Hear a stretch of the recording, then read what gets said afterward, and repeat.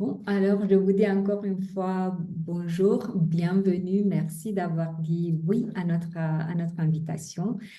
Juste deux petits mots pour celles-là d'entre vous qui ne nous connaissent pas.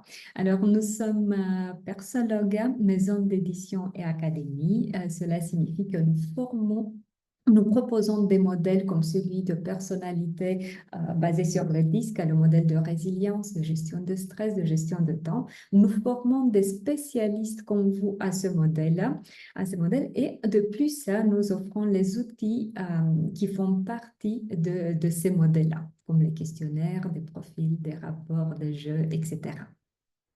Le but de notre petit atelier d'une heure, c'est d'explorer les pièges à éviter le moment où on utilise un modèle de personnalité qui est basé sur le disque. Notre perspective, c'est qu'il n'y a pas nécessairement de bon ou de mauvais modèle ou outils. Forcément, chaque outil aura des forces, chaque outil sera approprié dans un certain contexte, mais en même temps, tous auront des failles aussi. Il n'y a pas de modèle parfait en soi. Et ça va être plutôt l'approche d'utilisation de la personne qui fait l'accompagnement qui va faire la différence. D'où en fait l'intérêt de cette thématique. Qu'est-ce qu'il est nécessaire peut-être d'éviter? Quels sont les petits points de vigilance pour qu'on donne aux personnes que nous accompagnons la meilleure expérience possible? Euh, alors, est-ce que, comme j'ai déjà posé la question de qui connaît déjà le disque, je vais poser aussi la question, est-ce qu'il y a quelqu'un qui est déjà certifié un modèle disque parmi nous? Le silence collectif signifie que non? Ok, bon, alors on continue. Comme vous m'avez dit que vous connaissez quand même un tout petit peu le disque, je vous propose tout d'abord un petit échauffement. Et alors, je vous propose un petit jeu pour entrer un peu dans l'atmosphère du disque et ensuite on va se mettre vraiment sur la thématique de la journée. Donc, j'aurais besoin d'une bénévole. Ça va être un jeu de cartes. Je vais le mettre tout de suite sur mon écran. Euh, qui voudrait être la bénévole à déplacer les cartes? Bien sûr, tout le monde va participer. Ça ne va pas être à une seule personne de faire le tour. Qui veut bien?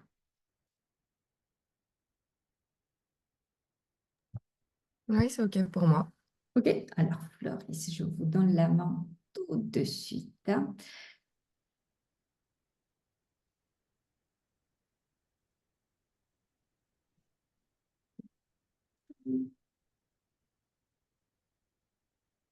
Alors, je montre juste rapidement de quoi il s'agit.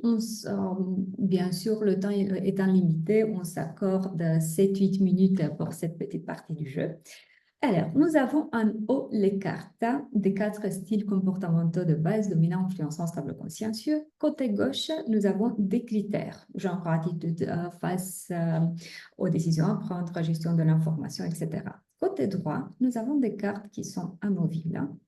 Donc, vous discutez entre vous pour décider est-ce que cette carte-là, ça tient plutôt d'un style dominant, influence, stable, consciencieux, et ça va être à Floris, l'amant du groupe, de déplacer la carte. Moi, je ne touche plus. OK. Alors, pour l'instant, je n'ai pas la main sur le... Vous pouvez contrôler l'écran. Donc, ça veut dire que... Ah, OK. OK, c'est moi qui ai fait ça. Très bien. Oui. C'est bon. J'ai Sauf s'il y trouvé a des le... petits lutins parmi nous, c'est bon. Ouais, voilà. Il faut le Ah, faire en même temps, tous en même temps ou oui, je crois que c'est En fait, l'idée. c'est seulement Floris qui peut Ah, déplacer les d'accord. cartes, mais c'est Voilà. à vous de décider ensemble où est-ce que ça va. Petit astuce, donc il faut déplacer un tout petit peu la carte Floris, hein, et ça, c'est le moment où un des critères se met en orange. Donc ça, c'est l'indice que c'est sur cette ligne-là que ça appartient. C'est Oui, juste à décider la colonne. OK. Eh ben, tu peux le mettre sur consciencieux, organisation préférée. On est d'accord. Ça me va aussi. Par la voix basse, se met rapidement sous pression. Alors là, par la voix basse, c'est plutôt le stable, mais Ouais. je mets vraiment ce- Attitude face à la pression, ça vous ouais, va? si tu veux, mais bon, il se met pas, oui, il se met pas obligatoirement, systématiquement sous pression, mais ouais. On va voir si ça, quand on aura commencé. Alors, est-ce que ça fonctionne? Oui, Oui. oui, oui. Vous la Oui, laissez c'est tout bon. simplement. Ok. A du mal à prendre des décisions. Alors, ça peut être le vert, parce que des fois, il a du mal. Il y a toujours besoin de rechercher, toujours besoin de creuser. Mhm. Euh, le Attitude jaune, face au... ouais. ouais. Donc, ce serait du mal à prendre des Ouais, décisions. attitude face aux décisions à Ouais, prendre ouais. pour le vert. Créer rapidement des liens et loquace et décontracté. Jaune, Influent. Ok. Dans relation professionnelle. ouais. Ok, ça aurait pu être aussi gestion de l'information. Mais il y a la notion de lien, Mm. créer des liens humains et loquaces et décontractés. Donc, c'est dans les relations. En fait, la ligne, ça, on ne discute pas parce qu'en fait, comme je vous disais, la ligne se met en orangeant le moment où vous déplacez la carte. Ah, Donc, ça d'accord, tient de ce critère-là. C'est d'accord. juste la colonne qui est en discussion. Efficacité, les choses soient bien organisées. Mhm. Le bleu, il aime l'efficacité, que les choses soient organisées. Donc, peu importe la ligne, on a dit, c'est... Parce que le rouge Non, non, non, non, non, aime pas peu importe la l'efficacité, ligne. mais il n'est pas L- toujours, La ligne, c'est au contraire, la ligne, elle est figée. C'est le critère qui se met en orange. C'est cette ligne-là où il faut mettre la carte. Donc là, vous voyez, Donc, organisation préférée se met en orange. donc, ça veut dire que créer un environnement très structuré, c'était une autre. Alors, dans ce cas-là, tu peux le mettre dans le rouge, dans la notion de dominant. Mais bon, moi, j'aime pas trop parce que le rouge, il est efficace, mais il n'est pas toujours organisé. Donc, on peut le mettre dans... Non, ça, l'environnement structuré, enfin... Ouais. Mais bon, attends, Pepper, Ce serait pas plutôt l'inverse. le vert qui est stable et qu'en général, il est fiable, méthodique. Pour moi, c'est plutôt le vert. Si tu veux. Mais Celui-là, pour aime l'efficacité et que les choses soient bien organisées? Non, non, créer un environnement très structuré, c'est plutôt le vert. Ah, non, c'est le bleu. Le bleu, il est très structuré. ouais, moi Et aussi, je pourquoi le on vois était en plutôt bleu. doublon avec l'autre alors? Donc, celui-là, il est bien dans organisation. Alors, organisation et l'efficacité. Donc, plutôt le vert, celui-là, alors? Non, bah laisse-le. Ouais, Disons que l'organisation, c'est généralement le bleu. Ce sont des gens qui sont très organisés, les bleus. effectivement. Le rouge, j'aime Ils aussi sont quand c'est organisés, ils sont efficace. structurés. Voilà. Au sens où, voilà, si c'est organisé, ça peut être efficace. Donc, du coup, ça peut effectivement convenir. Mm. Sur le besoin de réfléchir calmement, en termes de, donc là, dans la gestion du temps, Le vert. alors que c'est le vert. Mm. Mm. Ça peut être le vert ou le bleu d'ailleurs, hein, parce que le bleu, Exactement. Parce qu'en il fait, dans prend. les critères, ça peut être le vert ou le bleu. Ouais. Ouais. Alors, le vert étant aussi très observateur, Mm. cette notion d'observer, de réfléchir calmement, pour moi, est plus marquée dans la formulation. Bah, on est d'accord parce que le Petit, vert, il a petit besoin de rappel, là, calme. vous avez encore 4 minutes. OK. Et il y a combien de cartes? Survole les infos, ça c'est le jaune. Il est nécessaire de remplir toute cette page avec les cartes. On y OK. va. C'est le jaune. Survole les informations. C'est le jaune. OK. Bon, moi, j'aurais mis J'aurais mis le rouge.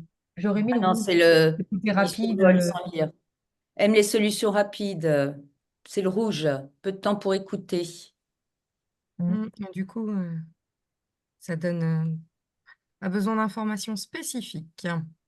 Alors, ça peut être Le bleu ou le le vert. vert ou le bleu, Mhm. généralement. Dans le bleu, pour Le l'instant, et après, vert, on il a verra. besoin de preuves. Il a vraiment besoin de preuves, le vert. Le bleu, il a besoin d'informations spécifiques Allez. aussi. Donc, Donc, attitude face à la pression, vérifie la méthode d'approche. L'arbre lui cache la forêt. L'arbre lui cache la forêt. C'est une drôle de formulation. Ouais, Plutôt parce un influent. C'est dans le sens de, on peut perdre l'essentiel parce qu'on se focalise trop sur le détail. Alors, Il non, cache alors la si forêt. c'est essentiel détail, c'est vert. Donc, dans ce cas-là, il faut échanger le vert et le bleu, si on veut. Le détail, c'est le vert. Ok. Et donc, ok. Donc là. Mais pourtant, dans les tonalités de voix, généralement, c'est le vert qui a la tonalité de voix la plus basse. On n'aime pas les structures trop rigides. Le jaune, Ouais. Ouais, je mettrais le jaune. Voilà. Mise beaucoup sur les relations, apprécie ce qui est personnel. Le vert. Aime la flexibilité et les Le jaune. discussions intéressantes dans tiens, en gestion du temps. Ok. N'aime pas les informations détaillées. le Dans la rouge, Ouais. Analyse avant de s'engager dans quelque chose. Et ça, c'est pour vert. l'attitude face aux décisions. Tiens, on a déjà mis vert. Ah, Est-ce que ça serait pas plutôt le bleu, là? alors, on met le bleu. C'est Mais le je veux dire, bleu, dans ouais. les deux cas, il y a une analyse, mais qui n'est pas au Bleu. même niveau. Ouais. Paraît décontracté et tolérant, se laisse vite déborder. Jaune, Ouais, Le jaune. ça me va. Et prudent dans ses relations plutôt formelles. Bleu. bleu, Augmente son engagement et Rouge. s'énerve rapidement. rouge, Le Ça rouge. colle. Ouais. Est patient envers les autres. Planifie pour éviter les surprises. Bleu. bleu, Colle aussi avec ce qu'on a fait. Entretient les relations lorsqu'elles peuvent Rouge. servir. Rouge. rouge, Ouais. On est OK. Stratégique. S'engage rapidement, retarde l'entrée en action Rouge. aussi. ah, s'engage, non, Il s'engage s'engage rapidement, en fait.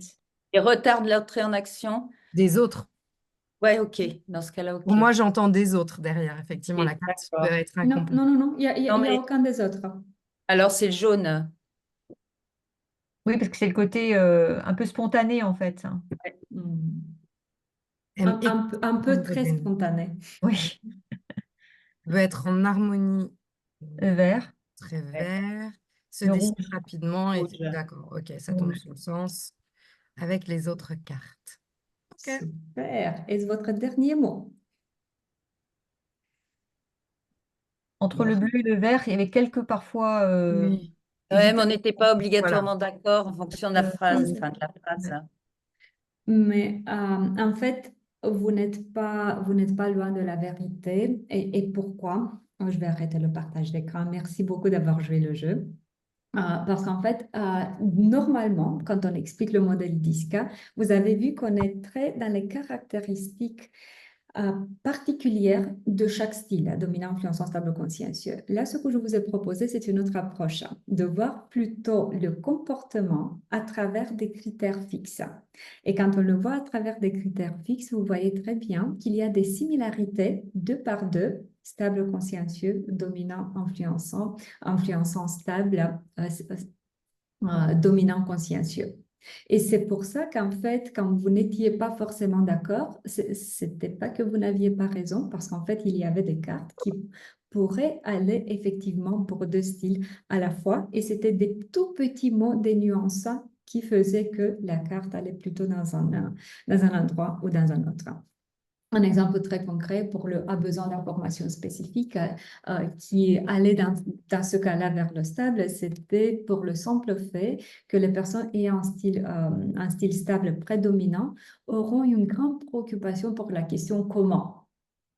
Ça va se passer de merveille, nous avons un nouveau projet pour vous. Ok, super, merveilleusement, comment ça va se passer? Rassure-moi sur les étapes, sur le process qu'on aura et que pour que je sache que ça va vraiment se passer bien et pas pour te croire sur parole. Donc voilà, c'était des toutes petites nuances comme ça.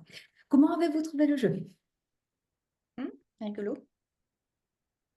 Ouais, donc ça, c'est un des exemples des jeux que nous proposons.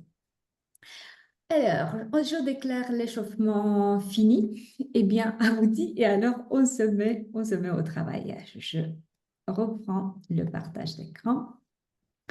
Bien évidemment, ce que je vous propose là, déjà, je vous propose que ce soit beaucoup plus dans un style d'une discussion que dans un style descendant. Donc, je vais vous proposer quelques petits pièges que nous avons remarqués dans l'accompagnement basé sur le disque, hein. Et ça va être à vous aussi de me dire comment vous voyez les choses. Est-ce que vous êtes d'accord? Est-ce que vous avez rencontré quelque chose de plus ou de différent? Et bien sûr, sans avoir la prétention que c'est une liste exhaustive. Alors, première question pour vous. Est-ce que ça vous est arrivé de sortir, j'imagine que vous avez découvert à un certain moment le modèle disque à travers un accompagnement. Vous vous êtes fait accompagner peut-être lors d'un atelier, lors d'un coaching. Est-ce que ça vous est arrivé de partir de l'accompagnement avec l'idée de « Ah, bah, je suis rouge, je suis bleu, je suis vert. »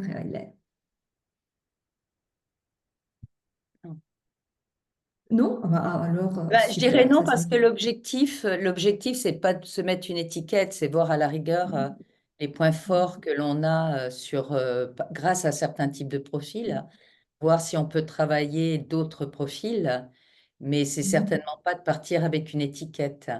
Je suis Donc, complètement d'accord. Et alors, je suis contente pour vous d'avoir eu un très, très beau accompagnement.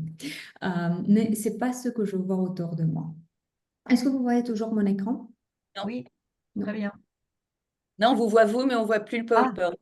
On ne peut plus le PowerPoint, juste un instant. Alors, parce qu'effectivement, il y a eu quelques changements dans le zoom. Ah, c'est bon. Là, ça devrait être bon. Donc, ce que je vois beaucoup autour de moi, c'est cette catégorisation. Ça m'est arrivé d'ailleurs qu'on me dise, après avoir animé un atelier basé sur les disques, hein, qu'on me dise, ah, bah, on l'avait fait il y a je ne sais pas combien de temps. Et après, notre manager, il nous a nous a collé des petites étiquettes en couleur sur la porte, hein, pour qu'il sache avec qui il a affaire. Oui, donc ça arrive. Quel est le On risque, peut avoir à un votre profil avis? professionnel qui est différent du profil Bien sûr, personnel. Donc, c'est bien une sûr. tendance. Voilà. Donc, quel est le risque que vous voyez si dans nos accompagnements, nous prenons cette approche-là de Moi, mettre des étiquettes? je l'ai vu, le risque, c'est de couper court à toute recherche, à tout contact, à tout lien, en disant, ah non, mais toi, c'est normal, t'es comme ça, t'es rouge, moi, je suis bleu, donc on va pas discuter, c'est pas la peine. Et donc, il y a une rupture de lien qui se fait typiquement dans ce genre de cas où chacun, du coup, s'approprie aussi l'étiquette qu'on lui a donnée. Effectivement, ou plus que ça, ce que j'ai vu comme réaction, c'est un peu le ah bah je suis rouge, hein, je suis pour rien. Ouais. Donc, autrement dit, au lieu de comprendre que ça explique des comportements, se dire que ça peut justifier des comportements. Et non, ça ne justifie pas. Donc, bref, un premier piège que je vois, c'est ce langage inadéquat. Et c'est le langage inadéquat par rapport à cette catégorisation trop forte, autrement dit, amener ce qu'on découvre par rapport au comportement au niveau de l'identité. Je suis, il est. Là, il y a tellement de dégâts que l'on peut faire, déjà parce que si on utilise un bon outil de comportement qui s'appuie sur le disque, hein, je dis qui s'appuie parce que là, une petite parenthèse, j'imagine que vous le connaissez déjà, le modèle disque, il avait été décrit dans les années 1928 par William Adam Marston. Et lui, ce qu'il a fait, il a décrit tout simplement les 4 dimensions comportementales: dominant, influençant, stable, consciencieux. Ensuite, il y a plusieurs modèles de personnalité qui ont été développés sur ce disque qui est effectivement catégorisé en 4 catégories. Mais les bons outils de personnalité vont décrire entre 12 et une vingtaine de styles de comportement qui sont dans un mix des 4.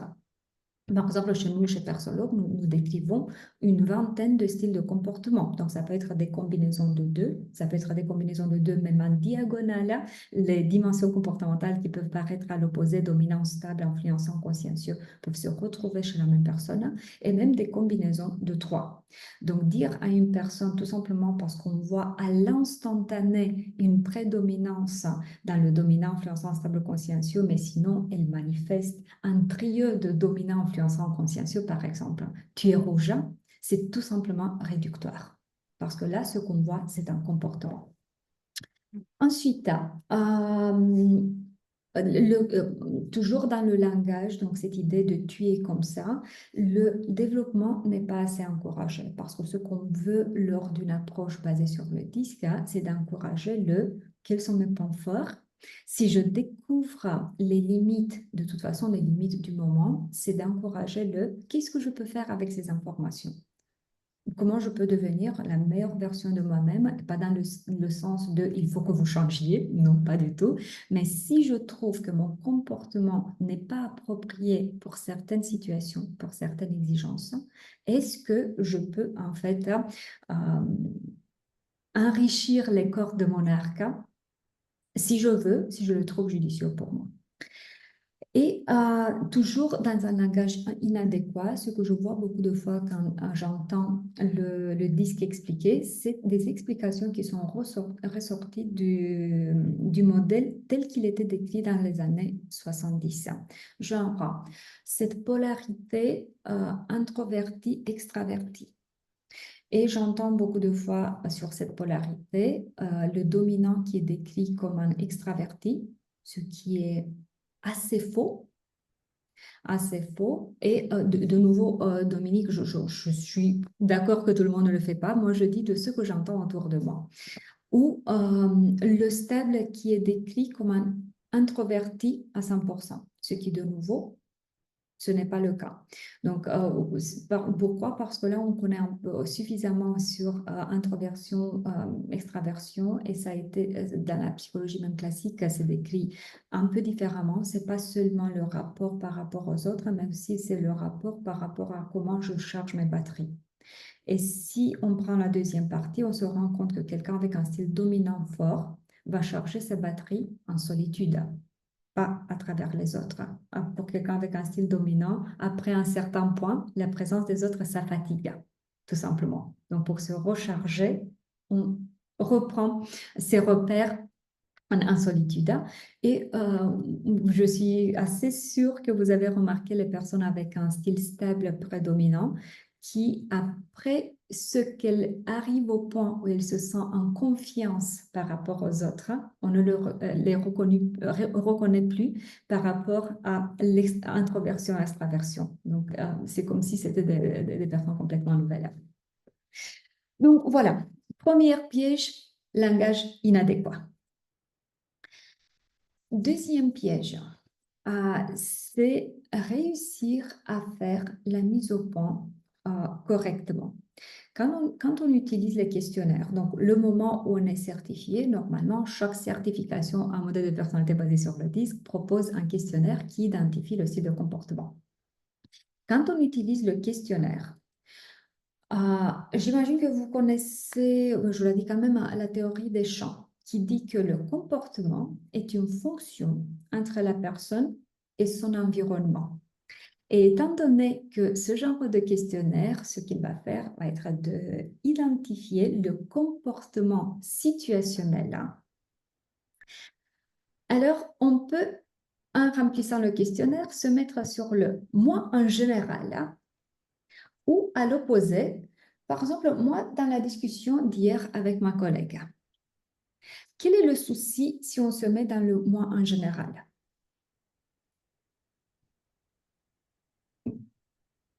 Donc, en remplissant le questionnaire.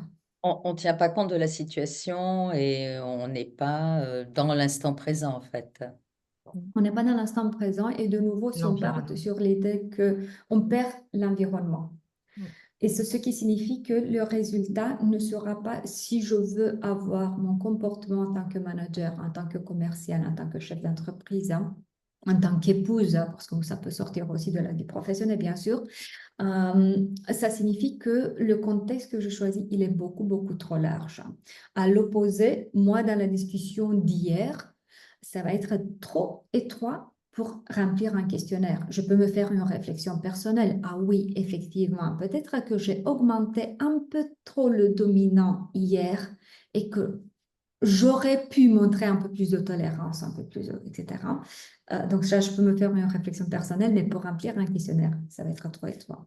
Donc, ce qui signifie que le juste milieu, genre moi en tant que formateur, moi dans mon poste de manager, de commercial, là, ça va me donner un contexte suffisamment étroit pour avoir de l'information pertinente, en même temps pas trop étroit pour que ça perd la pertinence. Donc, ça va être, et c'est ça ce que je remarque beaucoup de fois, ne pas donner l'information au préalable aux personnes qui remplissent. Écoutez, là, ce qui nous intéresse, c'est de travailler sur vos compétences managériales, par exemple. Donc, choisissez cette casquette le moment où vous remplissez le questionnaire et gardez la focalisation tout au long du questionnaire pour augmenter la pertinence du résultat. Et ensuite, donc ça c'est la première chose, hein. Donc focalisation trop large ou trop étroite, hein. Et deuxième chose qui en découle, c'est le fait de ne pas garder, nous en tant qu'accompagnateurs, le focus sur le contexte que la personne a choisi. Vous voyez ce que je veux dire? Parce que si une fois, quand elle lit par exemple la restitution, elle se met sur le « Ah oui, effectivement, mais quand je discute avec mon mari, je ne suis plus comme ça. » Ok, revenons à nos moutons. Là, on discute sur votre comportement en tant que manager, en tant que commercial, etc. Et bien sûr, ensuite, on peut élargir la discussion, mais qu'on sache que la restitution qui est offerte à ce moment par le rapport, ça fait référence à ça. Est-ce que ça fait sens, hein? Oui, c'est très clair. Troisième piège. Question pour vous. Lequel des 4 styles vous aimez le plus?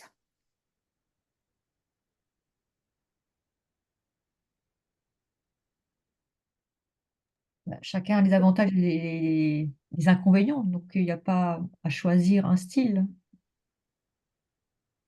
Êtes-vous sûr? En plus, ça dépend aussi de ce qu'on disait de la situation. C'est-à-dire que, par exemple, quand on est dans une fête, développer son jaune, c'est très bien parce que son jaune, ça permet de rentrer en relation et dans une fête ou quand on a besoin de développer du réseau. Par contre, quand on est en train de travailler un PowerPoint ou travailler, voilà, je veux dire, avoir du bleu, du vert, c'est mieux. Maintenant, si on se donne un objectif à atteindre, pour pouvoir aussi atteindre son objectif, se mettre aussi du rouge pour se donner, j'allais dire, l'énergie pour atteindre l'objectif.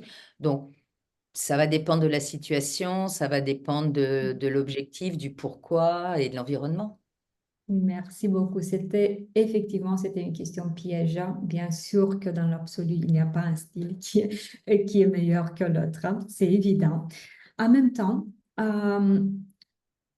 je trouve qu'il est très, très important en tant que personne qui accompagne les autres, hein, de vraiment se poser la question sur le est-ce que peut-être ai-je des a priori par rapport à un certain style? Et parfois, je l'entends même parmi les formateurs certifiés, vous voyez, et ensuite accompagné de, bien sûr, je ne vais pas dire ça dans une salle de classe, mais comme ils sont chiants, c'est bleu, mon Dieu. Et alors, c'est question de se poser vraiment la question pour soi, quels sont mes a priori perso? Parce que ce que je vois, comme j'accompagne d'autres personnes qui sont formées, bien sûr, je vois de toutes petites choses qui se retrouvent dans des attitudes, genre, quand je parle du dominant, je passe une quinzaine de minutes, un autre style, je le fais à la va-vite dans 3 minutes, parce que pour moi, c'est moins clair, parce que j'arrive pas à le dénicher, parce que je n'ai pas trop de respect pour ce style-là. Ou ça peut se voir dans les adjectifs qu'on emploie, ça peut se voir dans les exemples que l'on donne. Vous voyez, j'embellis un certain style et pour d'autres, je donne plus d'exemples négatifs. Et quand je dis plus, c'est vraiment je donne 3 exemples négatifs pour un et 4 pour un autre. Donc, c'est vraiment des petites choses, hein, mais qui peuvent induire dans les personnes que l'on accompagne, à un niveau subliminal, bien sûr, l'idée de c'est mieux un style qu'un autre. Ce que, vous l'avez dit très bien, oui, effectivement, il n'y a pas un mieux qu'un autre, c'est juste est-ce qu'il est approprié pour ce contexte-là. Donc, se faire tout simplement un audit perso, est-ce que j'ai des différentes appréciations pour les dimensions? Et un autre piège que je vois là dans les biais personnels, là, c'est est-ce que dans ma tête, ai-je peut-être des associations trop strictes entre un certain métier et une certaine dimension comportementale? Ouais, genre, je l'entends assez souvent, il est absolument impératif qu'une personne ait un rouge dominant élevé pour être manager où voilà, les personnes ayant avec un style consciencieux, bah, ça, c'est les comptables.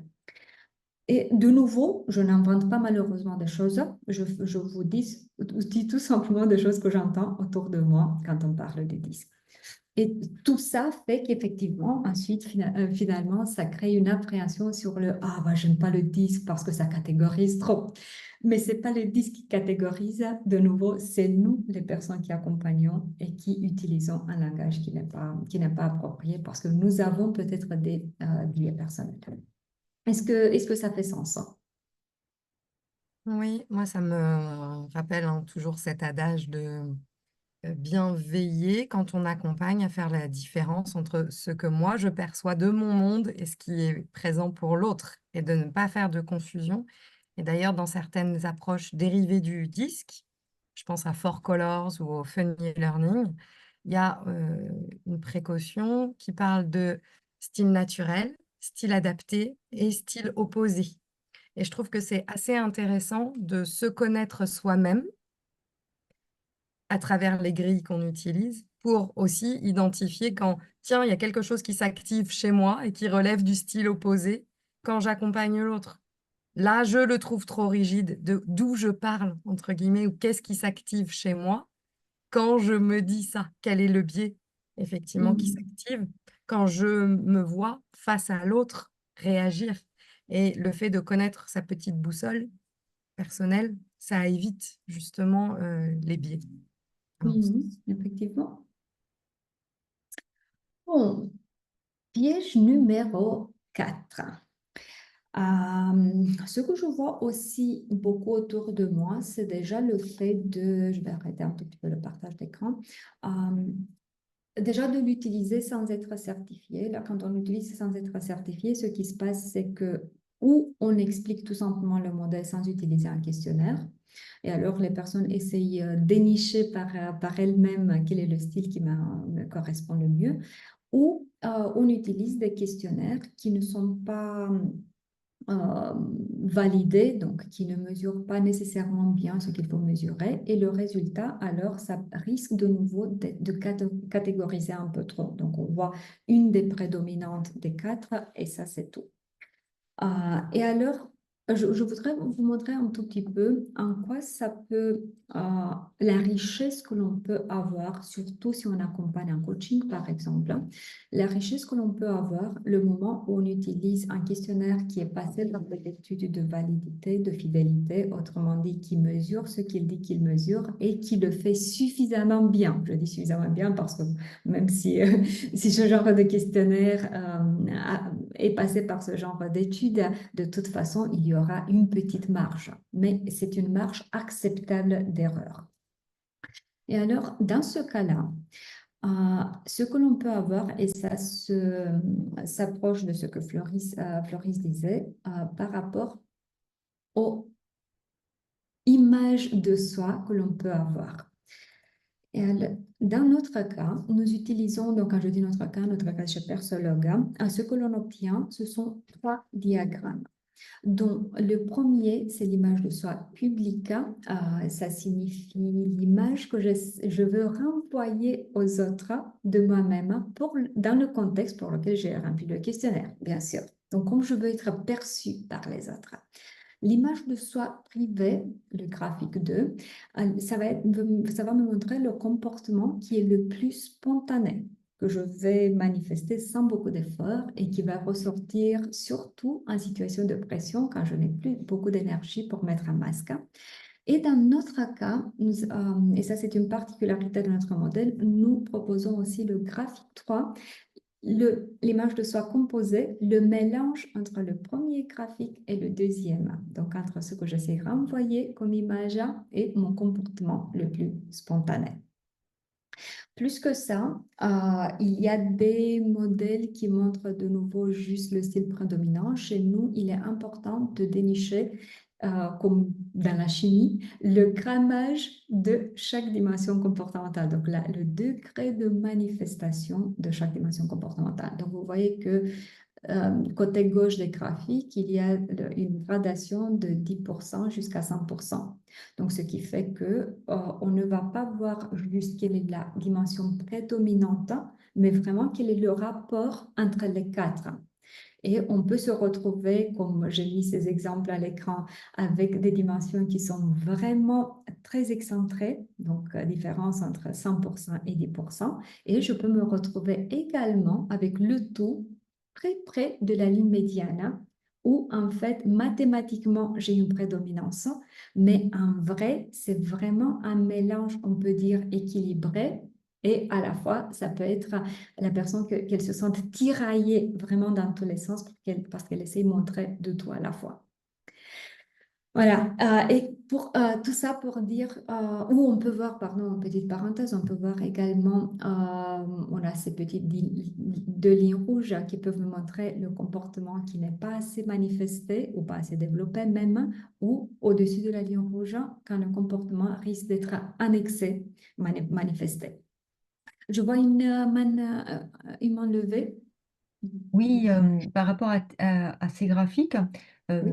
ça veut dire que comment est-ce que finalement ça prend sens par rapport du coup aux quatre dimensions? Ça veut dire que par rapport à ce qui est ressorti, dans le soi public, on pourrait avoir tendance à être plus d'une telle couleur et dans le soi privé d'une autre couleur. C'est comme ça qu'il faut le comprendre?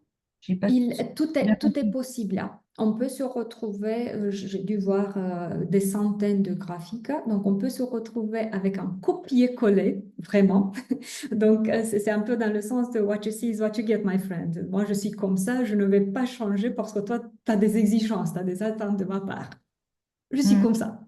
Ou ça, je me suis retrouvée même avec des graphiques presque renversés. Et là, vous pouvez imaginer une personne qui a montre dans son deuxième graphique plutôt un mélange stable consciencieux avec un dominant influençant assez bas, mais elle vient d'être promue. Donc, dans sa tête, elle se dit, je dois être chef.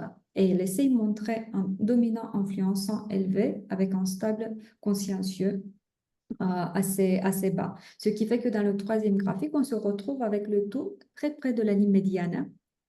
Mais ça va être dans le coaching, la source de débrief va être vraiment, en fait, cette dynamique comportementale entre le deuxième et le premier. Et ça veut dire que, en fait, j'essaie de me projeter dans une Oui. situation. Est-ce que ça peut, par exemple, être un outil pour permettre de comprendre? Parce que là, par exemple, par rapport à ce graphe, est-ce que ça veut dire qu'il faut l'interpréter et le comprendre comme quoi il y a une cohérence entre les deux, ou au contraire que la personne est dissociée? Et du coup, est-ce que ça peut, du coup, générer pour elle, bah, beaucoup d'efforts et l'amener à être en difficulté? Ou au contraire, c'est, bah, du coup plutôt, quelque chose qui peut être, source d'énergie ou, Mhm. pour elle être Donc, en si comment on comprendre prend, ça, en fait? si on les prend un par un, donc on voit que les similarités entre les graphiques 2 et 1, c'est que les stables consciencieux ne bougent pas beaucoup, l'influençant reste à la même place. En même temps, on voit que le dominant, la personne le fait tomber presque de 100%. Donc, pour moi, dans un débrief, ça va être la source principale de débrief, hein. Qu'est-ce qui te fait penser qu'il est nécessaire de faire descendre le dominant de cette manière-là? Donc, je ne fais pas de supposition sur le pourquoi la personne le fait. Je remarque juste que mathématiquement, ça tombe de 100% à 10%. Qu'est-ce qui te fait penser qu'il est nécessaire de faire ça? Maintenant, bien sûr, en termes de point de vigilance, je sais que si la personne fait ça, il y a des cas figures où dans l'environnement, il y a peut-être quelqu'un qui manifeste déjà un dominant si élevé, qu'elle ressent le besoin d'équilibrer la situation. Et dans ce cas-là, elle le fait de manière assez consciente. Non, moi, je vais montrer plutôt l'enthousiasme, de l'inclusion, de féliciter les autres, etc. Parce que quelqu'un fait déjà le boulot de imposer. Ou ça peut être donc même si le dominant, il est très élevé chez moi, j'ai eu des expériences si mauvaises par rapport à d'autres qui manifestaient le dominant si élevé que je ne veux pas être perçue comme ça. Je mets un peu la croix et l'ail. Moi, je ne suis pas comme ça, que ce soit clair. Et alors, je jette un peu le bébé avec l'eau de bain, si vous voulez. Mais tout ça, c'est des suppositions par rapport à ce que j'ai vu dans d'autres cas figure. Donc, face à la personne, ça va être une question très ouverte sur c'est ça ce qui se passe. Explorons la raison et voyons si est-ce que c'est dans ton avantage. Est-ce que c'est quelque chose que tu fais de manière consciente? Est-ce que déjà de le descendre de cette manière-là, c'est ce qu'il est nécessaire? Parce que de nouveau, on avait dit ce qui est au-dessus de la ligne rouge, ça risque d'être dans la zone de danger de pas assez développé. Qu'est-ce que tu perds le moment où tu fais descendre de cette manière-là, etc. Est-ce que j'ai répondu à la question? Oui, et alors pas totalement, mais je pense que pour moi, il y a aussi des choses encore à éclaircir. Et ça veut dire que c'est 3 questionnaires ou alors c'est le même questionnaire, mais que C'est un je seul demande questionnaire. de remplir en pensant une fois en tant que, pour moi, une fois en tant que Non, public? non, non, non, non, non, non, non, ok. La Le consigne, elle est questionnaire, en fait, c'est ça que j'ai peut-être eu du mal à ok, comprendre. ok. Le questionnaire, je le remplis en réfléchissant sur le contexte que j'ai choisi en tant que manager, en tant que commercial, en chef d'entreprise. Je ne me D'accord. préoccupe pas de l'image de soi publique, etc. Ça, c'est ce Ah, qui résulte. Mais non, non, non, non, pas du tout. Pas du tout, parce que sinon, ce serait trop biaisé. Non. oui, parce que moi, je pensais que c'était une fois vous pensez Non, à la question en tant que, ben, dans votre vie, non, privée, dans non, votre quotidien, et cetera, et une fois vous non. pensez en tant que manager et que du coup, effectivement, il peut y avoir une différence puisqu'on va pas forcément réagir de la même manière, en Non, fonction non, de non, non. Donc, on fait la ah, différence entre image de soi privée et vie privée. Non, c'est l'image de soi privée dans le contexte que je choisis. Donc, image de soi privée se traduit par mon comportement le plus spontané. d'accord, C'est ce que j'attends de moi-même. C'est mes croyances, ce qui me guide dans mon comportement, ce que je défends, ce qui est important pour moi. d'accord. OK. OK? Ouais, J'ai merci. clarifié. Super. Donc, bref, pour faire une histoire longue, courte, le piège que je voyais là, c'est en fait de rester de nouveau sur la personne, elle est dominante et d'oublier en fait la richesse que l'on peut avoir le moment où on utilise un outil qui est vraiment validé et toute la source de débrief que l'on peut avoir. Les expériences que nous avons eues après avoir eu plein de discussions sur ah non, je n'aime pas le disque parce que c'est trop simpliste. En général, après l'avoir utilisé, les retours qu'on a eus, c'est je comprends effectivement ce que les outils basés sur le disque peuvent faire, mais utiliser correctement et avec toute la richesse qu'elles peuvent offrir. Alors, euh, piège numéro 4. Donc, c'était le pouvoir des graphiques sous-estimés. Et aussi le fait de s'appuyer seulement sur la restitution offerte par le modèle, parce que chaque modèle offrira des profils, des rapports, etc. Mais n'oublions pas, tout ce type de modèle-là a comme but d'amener la simplicité dans la complexité. Et quand je dis la simplicité, même en regardant les restitutions, donc si c'est 12, si c'est 16 styles de comportement, si c'est une vingtaine de styles de comportement qui sont offerts en termes de description, ça reste de toute façon simple. Pourquoi? Parce que si on prenait en considération toutes les combinaisons possibles entre les quatre, ce ne serait pas possible d'intégrer ça en tant que personne. C'est impossible. Donc, c'est de toute façon, ça reste simpliste d'une façon ou d'une autre. Et c'est pour ça qu'en fait, s'appuyer sur les graphiques lors de la restitution, ça ramène la complexité humaine.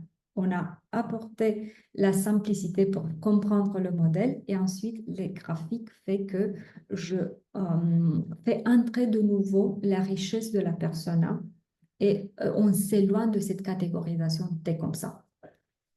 J'espère avoir été claire. Dernier piège que j'ai vu, c'est partir de l'idée que la restitution qui est offerte, elle est juste. Et alors, si la personne ne se retrouve pas, bah, c'est son problème. La réalité, c'est que, de nouveau, même quand on utilise un outil qui est validé, etc., ce genre d'outil s'appuie sur le langage. Donc, tout type de questionnaire va s'appuyer sur le langage. Et il y a tellement de choses qui peuvent faire que finalement, la personne n'a pas bien rempli le questionnaire. Elle n'a pas eu la même compréhension sur le langage que nous, qui avons proposé le questionnaire. Et déjà, ça va biaiser le résultat. Elle a complété le questionnaire dans un moment où elle était fatiguée, où elle n'était pas vraiment, elle n'avait pas la tête à ça, etc. Donc, il y a plein de choses qui peuvent faire que le résultat peut ne pas être correct, en dehors du fait que l'outil en soi, il est OK. Et alors, raison pour laquelle le piège que je vois, c'est d'imposer le résultat aux participants. Ah ben non, écoutez, c'est vous qui avez complété, donc c'est comme ça. Et de ne pas utiliser en fait l'outil comme un outil de développement et plutôt comme un outil de diagnostic. Donc, on va vous dire comment vous êtes. Non, c'est une radiographie du moment comportemental et de là, on explore ensemble. Et déjà, on donne à la personne la possibilité de dire, est-ce que tu t'y retrouves ou pas? Et si la personne dit non, alors on prend ça en considération. On essaie d'explorer. Si elle n'est pas d'accord, elle n'est pas d'accord sur... parfois, ça peut être qu'elle n'est pas d'accord sur la forme, parce que je ne sais pas, le langage employé, il est trop fort. Mais si on diminue d'un cran dans les nuances, sur le fond, elle est en fait d'accord. Ou ça peut être qu'effectivement, elle n'est pas d'accord parce que peut-être, un exemple très concret, le dominant ressort comme prédominant. OK? Et dans la restitution, on peut lui dire des choses genre, il est fort possible que vous utilisiez un langage qui est trop fort pour les autres. Et la personne peut dire, oui, effectivement, c'était le cas il y a 20 ans, je me suis aperçue, j'ai toujours cette tendance, mais j'ai travaillé dessus. Donc, j'ai fait un effort conscient et maintenant, même si mon dominant ressort toujours comme la dimension prédominante, en fait, non, les autres n'ont pas peur de moi parce que je me contrôle. Je réussis à me contrôler. Et dans ce cas-là, on ne va pas insister, mais non, non, non, non, non, c'est écrit là, le langage que vous utilisez n'est pas approprié. Vous voyez ce que je veux dire. Et toujours ici, c'est de ne pas prendre en considération suffisamment les caractéristiques de la personne, vraiment, et de rester sur ce que la restitution elle offre. Donc, de ne pas prendre en considération tout ce qu'elle a à dire. Voilà, ça c'est ce que moi j'avais perçu comme piège. Dites-moi, qu'est-ce que vous avez remarqué vous-même? Déjà, est-ce que ça fait sens tout ce que j'ai dit pour vous? Est-ce qu'il y a des choses avec lesquelles peut-être vous n'êtes pas d'accord? Et ensuite, quelle autre chose vous avez remarqué comme comme chose à éviter, donc un petit retour d'expérience.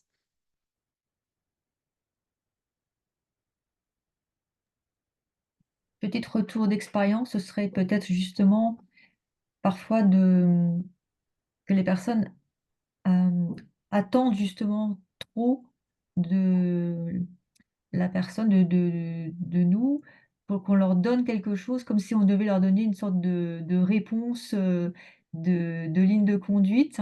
Et donc, c'est important qu'on puisse justement ne pas rentrer parfois dans cette posture, parce que parfois on y est très souvent presque poussé, parce que les personnes parfois vraiment peuvent de manière récurrente vouloir nous demander notre avis, ou notre validation, et donc être justement en capacité de se distancier par rapport à cette attente de la personne, en fait. Oui, oui, complètement d'accord.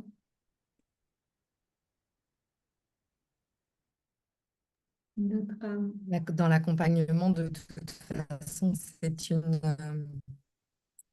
c'est un jeu. Et donc, il y a effectivement les attentes de la personne et il y a aussi les projections. Et, euh, et c'est vrai qu'autour de moi, je vois pas mal de gens qui accompagnent avec un outil privilégié et qui ne croisent pas les lectures, les grilles de lecture. Et les écueils qui sont décrits ici, pour moi, sont vraiment encore plus flagrants ou encore plus risqués quand on ne s'appuie que sur un outil. Et à mon sens, effectivement, la certification et les parcours aujourd'hui de professionnalisation quand on est dans les métiers du coaching et de l'accompagnement, finalement, incitent à se spécialiser, alors que parfois, croiser les regards, croiser les approches, pouvoir ajuster ces grilles de lecture à la personne, au contexte qui sont présentés devant nous, permet justement d'éviter un certain nombre d'écueils. Oui, oui, effectivement. Et là, je rajouterais même cette idée je me suis certifiée au disque, peu importe lequel là, et avoir un peu l'approche de j'ai un marteau, donc je vais chercher des clous. Et il est important effectivement d'avoir en tête que même si c'est un bon outil, ça reste un outil qui peut être approprié ou pas.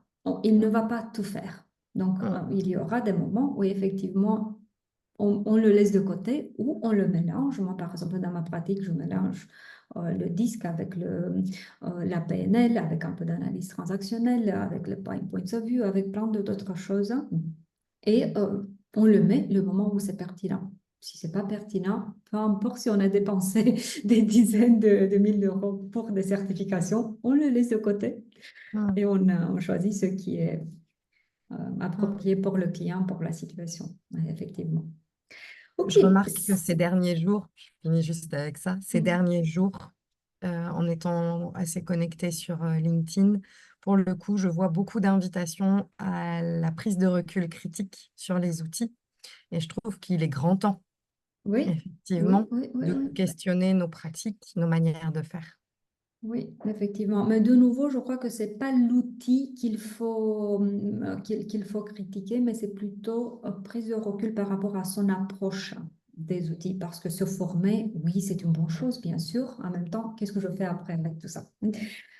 Si vous êtes curieuse de tester nos questionnaires, nos outils, de voir de plus près nos approches, parce que là, on a parlé de manière très, très générale, hein, ça va être vraiment avec plaisir. Donc faites-moi signer, ça va être tout à fait possible de tester nos outils. Laissez-moi juste un petit signe, votre adresse mail, là, et nous vous enverrons le questionnaire pour le tester. Est-ce que ça vous intéresse d'avoir, et également si vous voulez recevoir la présentation que j'ai utilisée, laissez-moi un petit message et vous la recevrez dans la journée. Est-ce que ça vous intéresse d'avoir deux petites infos sur la certification que nous proposons? Là, tout de suite, maintenant, ou, Oui, euh, oui. ou après? Alors, Là, deux infos sur en quoi ça consiste la certification. Moi, je suis tenue par le temps, c'est l'avantage et l'inconvénient de ce format court. Donc, si on embraye là-dessus, je vais vous quitter en vous remerciant. Avec... Voilà. Moi, je Merci à dirais on vous. est là, donc je peux écouter si c'est pas très long. Voilà. Voilà, C'est pas pareil. très long du tout, J'ai un c'est rendez-vous juste 2 après. petites minutes. Donc, en fait, le format, en bref, le format est un séquençage des sessions de 4 heures hebdomadaires et en fonction du niveau choisi, le niveau le plus approprié, c'est le niveau 2. Dans ce cas-là, ça va être 4 sessions de 6 sessions de 4 heures. En bref, donc vous aurez cette information aussi dans le PowerPoint que je vous enverrai. Donc, le niveau 2, par exemple, ce que je trouve le plus approprié le moment où vous êtes coach également, comme je disais, 6 modules de 4 heures, ils coûtent 2500 € et vous aurez accès au profil de comportement, profil de leadership, profil de poste, profil de personnalité qui est au cœur du modèle, tous les jeux qui sont inclus et les autres outils également. Et ensuite, il sera possible d'ajouter la dernière couche, le niveau 3, qui vous donnera accès à des rapports qui sont encore plus étoffés. Mais là, comme le temps il est court, je ne vais pas vous faire toute une histoire. Donc, si ça vous intéresse de les voir, de les tester, faites-moi signe tout simplement et on pourra explorer ça dans un entretien individuel. Donc, ce que je trouve important, c'est surtout le fait qu'une fois certifié, vous aurez l'autonomie après dans l'utilisation, combinée avec un support vraiment illimité au fil de temps. On ne vous lâche pas dans la nature. Il y aura en fait vraiment un accompagnement de type intervision, supervision, tutorat, des rencontres presque mensuelles. Donc, on se retrouve 9 fois dans l'année. Voilà. Est-ce que, quand on se quitte, pourriez-vous me dire un mot qui évoque pour vous l'expérience qu'on a eue aujourd'hui? Juste une question avant, si c'est Oui. possible. Est-ce que du coup, ça permet d'avoir un questionnaire en ligne sur plateforme ou c'est des questionnaires sur papier qu'on peut après Les utiliser deux. pour les Les deux. personnes de manière libre une fois qu'on est certifié ou c'est sous Une forme de fois. licence qu'il faut passer à chaque fois, enfin, qu'on fait passer le questionnaire? Il faut chaque fois, donc si j'entends bien la question, ils sont disponibles en format papier et en format numérique à la fois. Mais une fois certifiés, les questionnaires, ça s'achète. C'est le cas pour tout modèle qui offre des certifications. Donc ça, c'est pas seulement chez Donc nous. à l'unité après, du coup. C'est à l'unité. C'est à Ça. l'unité. Par contre, tout ce que je peux vous dire, c'est que les prix sont vraiment très abordables. Donc, ça part de 25 € le questionnaire. D'accord. Merci beaucoup. Donc, ça ne décompte pas par rapport au prix du marché. C'est vraiment très D'accord. gérable et c'est accepté pour les clients, ce genre de... Bon, alors, je vous dis un grand merci pour votre présence et j'espère vous retrouver bientôt. Bonne journée à vous. Merci beaucoup. Bonne journée.